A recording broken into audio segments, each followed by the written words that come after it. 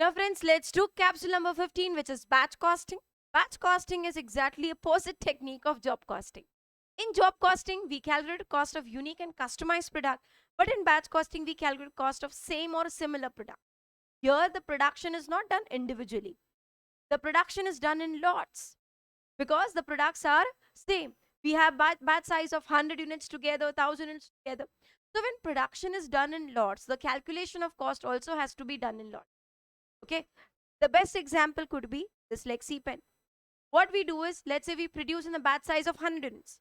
And when I make 100 pens together, the cost incurred is 1000. So cost per pen comes to.